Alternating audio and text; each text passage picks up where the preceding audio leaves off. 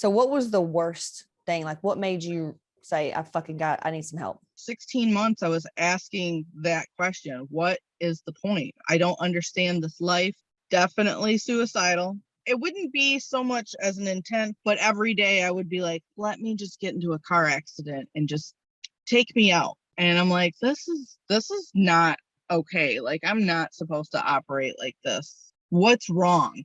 And, I was on Prozac for 18 years, multiples of meds. We're starting at 23 medications at one time.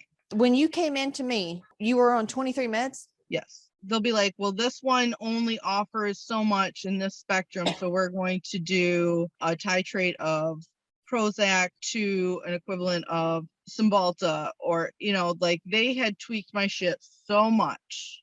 And I'm like, you know what? This is crazy. Suicidal and medicated. I'm not anymore. I'm not on anything. Do you realize that's a miracle? 31 days, 35. Do you realize that's like my heart just sort like, I just want to cry. Like that's a big deal. Yeah. I'm still like, wow. So since May, I've changed so many directions. It's unrecognizable. So there was more to life than the one you were living. Do you know what the worst problem was? Was it your health, relationship, the way you were parenting? Like what was something that was just like final straw? My health. I ended up again in the hospital, my stomach and bleeding and mucus and all that nonsense. And of course they want to send me away. And I'm like tired of being passed around like a toy. And I'm like, this is ridiculous. Nobody wants to get to the root core of the problem. Like, what am I doing wrong? Because I did hair tests, before in the past, and I had stuck to it and I had done so phenomenal. But then COVID had hit and I was just like, you know what? I don't even care. I'm going to just do all of the shit. And I don't care because we can't go anywhere. So what's the point? Yeah. And for 16 months, I was asking that question. What is the point? I don't understand this life. Definitely suicidal. It wouldn't be so much as an intent, but every day I would be like, let me just get into a car accident and just take me out. And I'm like, this is not okay. Like, I'm not supposed to operate like this. What's wrong? And, I was on Prozac for 18 years, multiples of meds. We're starting at 23 medications at one time. When you came into me, you were on 23 meds? Yes. They'll be like, well, this one only offers so much in this spectrum. So we're going to do a titrate of Prozac to an equivalent of Cymbalta, or, like they had tweaked my shit so much. And I'm like, you know what? This is crazy. You're on that and Valium and Xanax and Ambien and then Adderall in the mornings. You're literally a fucking cycle of craziness. And it's like, how is this okay? Suicidal and medicated, because I'm not anymore. I'm not on anything. Do you realize that's a miracle? 31 days, 35. Do you realize that's like my heart just sort like, I just want to cry. Like that's a big deal. Yeah. I'm still like, wow. Yeah. People that, they don't understand the opioids or however you say it. And, they don't understand the trying to numb it out. I mean, it's just hard. I mean, people go to rehab and, sometimes it takes their life. Like the fact that you did it with none of that kind of intervention. I mean, that's fucking miraculous. Like, wow. So that's why I've been wanting to interview Laura and you guys it's been months. I'm like, can we get on a podcast? Because people has to hear her story. And she's funny as fuck and she's really intelligent. So I was not supposed to be successful. Hey there, Casey Ship here, fitness model, hormone expert, and a master energy healer. I help goal-oriented women clear out the reason why nothing has worked and finally step into their purpose and get everything they've ever wanted. Hey everybody, Casey Ship here with Hotmomz and CaseyShip.com. Today, I've got a special thing I've waited for months. One of the coolest stories yet. Her name is Lauren. I cannot say your last name, Lauren B. I'm just going to call it that. Thank you so much for being here. One of the most courageous individuals that I've worked with. We're going to go over how she went from medicated, like on 23 different medications, and suicidal. And she's an RN. She's former military, was a housewife as well. You would have never known this from the outside looking in, but this is what was going on the inside. So suicidal, 23 different medications to zero and massive success and just in total recovery, repair. It's just amazing. So thank you so much, Lauren, for coming on and sharing your story. Thank you. I'm glad to be here. Tell us a little bit about yourself, though. I was born and raised in Bay City. I met my husband in high school, but he wouldn't give me the time of day. So then I skirted off and joined the military. I was there for a 4-year stint, but I wasn't originally going to go there. I originally had scholarships all around the U.S. for track and volleyball. However, my mother pulled the card and said, if you go, who's going to take care of me? And so I stayed, and I joined the military after 18 months of working 3 jobs and paying for my tuition and playing on a partial scholarship. And I said, I'm done. And I literally left an English class in the middle of the class because they had given us an assignment to read this 700-page nonsense. And I'm like, absolutely not. I'm not going to spend one more minute doing this bullshit. I got up and I went to the recruit station and literally, who's going to give me the best deal? Because I don't want to be here anymore. And I went down to the Army station and I said, if you can guarantee me 4 years in Europe, Hawaii, or Japan, you got me. And I want to be something medical because I was already a nursing assistant at the time because I wanted to please everybody. Got my certificate and I said, I just want to finish up college because I would get a higher rank and more pay. And I was like, absolutely, I'm going to have a plan because I'm going to pay everything off. I'm going to buy my house, like already thinking fast track. And I come home, tell my mom I joined the military. How could you do this to me? I was like, oh, yep, classic. I'm out. So I left and I got that feeling of I unpacked my life and felt free of everything, even though I was owned by the U.S. Army, but never felt more free in my life. And then I got that same feeling when I left the military, thought outside the box, and then it was like I got shoved back in it for the last 15 years. And then I found you, and I'm like back to that person. And during that 15, she came in and I remember her telling me there was so much frustration and just feeling like not seen and heard because she, like I said, she's really, really smart. She's a healer at her core. And correct me if I'm wrong, but you said you were doing you're doing the RN stuff and things were going down where people were going to die, but you stepped in and you got in trouble for that. And you were like, I can't just sit back and watch this happen. And remember that? Yes, that was my military career ended because I had hurt my back and I wasn't able to speak out. And my nursing career ended because I decided to come in on a day off to help my nursing staff, but I was not punched in and I was in street clothes. However, I knew that a certain patient needed an antibiotic and I needed to have them transferred to the intensive care unit. And they hadn't hung the medicine. Everything had crashed. 2 patients had already crashed. And so I went and I hung the meds. I called the doctor, got the orders, had them transferred. And I come in the next day and they tell me that I'm fired for a HIPAA violation. And I said, at what point did I really do something? Like I helped, but that was not a good thing. And that sent my whole life into a spiral because I started a fight right on the floor. I was escorted off the floor by security. And then I was committed to the psych ward for a week, away from my children, away from my husband, all for doing the right thing. So it made me crazy thinking, God, it's true. If I speak up, I'm just gonna be put in the crazy ward every single time because I did the right thing, and I'm being punished for it. Yeah. And so RN, and then when you met me, how long had you been out of work for? 8 years. And what was the biggest problem prior to joining? My health, it was deteriorating, probably because of all the medication. I had found out I was in liver failure and I didn't know what I was going to do.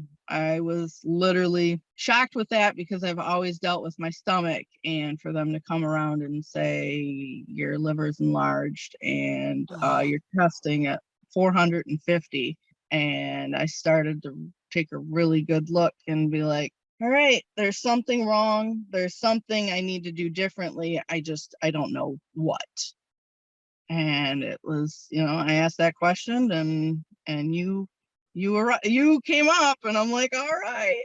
Why did you choose to work with me specifically over any other program? A lot of women, they'll see my stuff and they'll go, well, I'll just try therapy, or I'll just let me try this doctor first. Like, so why did you choose to work with me that day versus going that other route? I was committed to the mental ward for postpartum depression in 2009. That was my first time.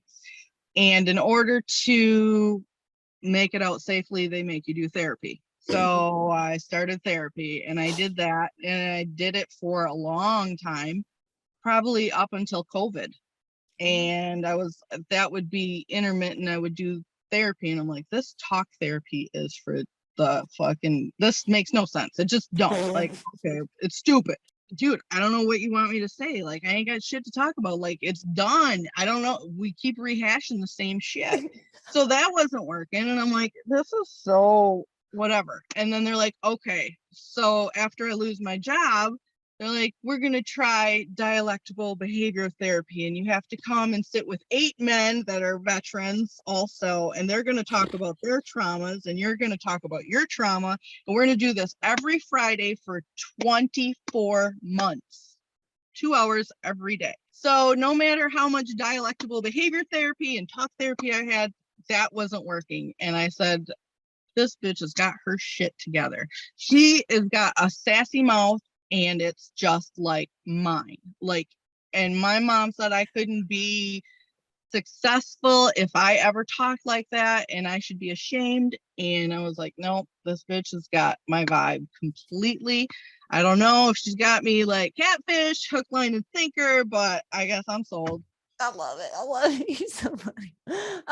Was there anything in particular that really helped you? Like, what would you say it is? Because I know every woman listening is just kind of like, because you're such a miracle. They want to know, what'd you do? What was that one thing you think that really helped? I looked at the fact that you had 2 kids, a hysterectomy, because I had the same thing, and I'm like, whatever she's doing, I gotta listen. And the first thing, it was the hair test, and then the because I knew what I was allergic to, but I didn't really know that there was other levels that mattered. And it was like, if I just remove this, like, I'm gonna feel different. And I think just talking to you, I think it was 6 or 7 days, I had lost like 9 pounds. And I was like, oh my gosh, like, it was just that permission that you gave. And it was like, okay, I know she's not my mom. We're the same age, but she's got this old soul feel to her. Like, the bitch can do it. So yeah, I'm going to try, and I'm going to just listen and follow what she has to say, because she's got her shit together. Well, and I remember we share your story with a lot of people because I say Lauren lost 17 pounds in 3 weeks and didn't do a workout or diet. And you didn't, did you? You didn't come in for that. You just were listening to all the mindfulness and all the inner stuff and showing the blocks. And you just got into all the emotional mindset. Yeah. Yes. Yeah. Yeah. So no workout or diet? No. Just the only thing I did was eliminate my sensitivities, which were huge to eggs, gluten, dairy, and I did not know this, but I'm allergic to hops, or not hops, but hemp. And I was eating that, and that was making me violently ill, where I would vomit and shit at the same time. which is the most excruciating thing because then you get a Charlie horse in your oblique and you're down. And it's just embarrassing in front of your children. And they're like, Mommy, can I check on you? And you're like, oh, leave me alone. I did this to myself. Yeah. And I was actually able to find that out through the hair test. So that was like another saving grace. Yeah. Okay. Got it. Why do you think the mindset and emotional blocks, showing those, why do you think it was so effective? I guess knowing like your story and that you've made it through, that it's like, this is possible. Like if I'm just more like aware of everything and paying attention to what is supposed to be like about us and not the external. Like I've always been more on the external, trying to make everyone happy. I mean, you think about my wedding, I'm like, it's my day, but yet I'm trying to think about 450 people, make sure that they get a parting gift. I'm like, hold the fuck on. As a result of implementing this, the emotional work and food sensitivities and all that, what's the outcome? I was on 23 medications. I'm on 0. I was doing cocaine every day to none. I was doing oxy and benzos every day. And all of that is a big 0. We're 35 days clean. Like, I just want to make this known. Oxys, it's kind of like people don't just come off that. Usually it gets people. Like it's what took my mom. I mean, she was toxic before that, but it's really what did her in. My brother's overdosed many times on it. It's killed a lot of my friends, siblings. Like oxys, I mean, that's just, it's almost like a death sentence. And you came off that, like no rehab. Wow, holy shit. And because of that, you're there for your kids now. You know what I mean? You would have just repeated that same generational cycle of neglect, emotional neglect, and you're not doing that anymore. Like you're giving your kids their mom back, their mother. They actually get a mother now. You know what I mean? Right. It's fucking awesome. So how has your life changed because of that? You told me I'm not saying another word to you until you get rid of your family. You cut the mom and dad out and everything's going to shift. And I'm like, oh, I know, but I don't want to. It's going to be scary. I don't know how to do it. I'm going to feel all this hate from everybody else. Well, nobody else fucking matters right now because your shit sucks. Like life around you sucks. And if it sucks around you, like you got somebody that has the solution. Just fucking listen. If it doesn't work, go back to it, whatever. But fucking try it for 6 fucking months. And since I really laid down the boundaries, it's like, okay, now I can actually live for me instead of everyone else. That's when it happened, in my opinion. And you tell me if I'm wrong. It's when you really saw that, like, all right, what do I have to lose? Let me do this. And Lauren asked for help, y'all. She was on the coaching calls and she would ask, she was very good about asking, like, hey, Casey, I feel so guilty. This is happening. I'm scared. My friend, all this stuff. And we just work through it because I've been there. This is what we help a lot of people do. And once she made up her mind and decided that she was going to choose herself, it really shifted. And that's where I think you came into the plant medicine. Like so many things shifted after that. Would you say that's pretty accurate? Definitely. It was like, all right, I have to do this. And the irony of the whole fucking thing is you said that and I was like, oh, how am I going to do this? How am I going to do this? And, you must have put it in the universe because then my mother ends up showing up like 10 minutes after we end our coaching call. And I'm like, this bitch. So I'm like, all right, I'm kosher. And my husband's like, don't you hide. Don't go hiding. I'm like, oh, I have to do it. I have to do it. So, I mean, I had set the boundary and she was good about it, which was kind of crazy. And I was like, maybe this is the narcissist. She's playing into it. I don't know.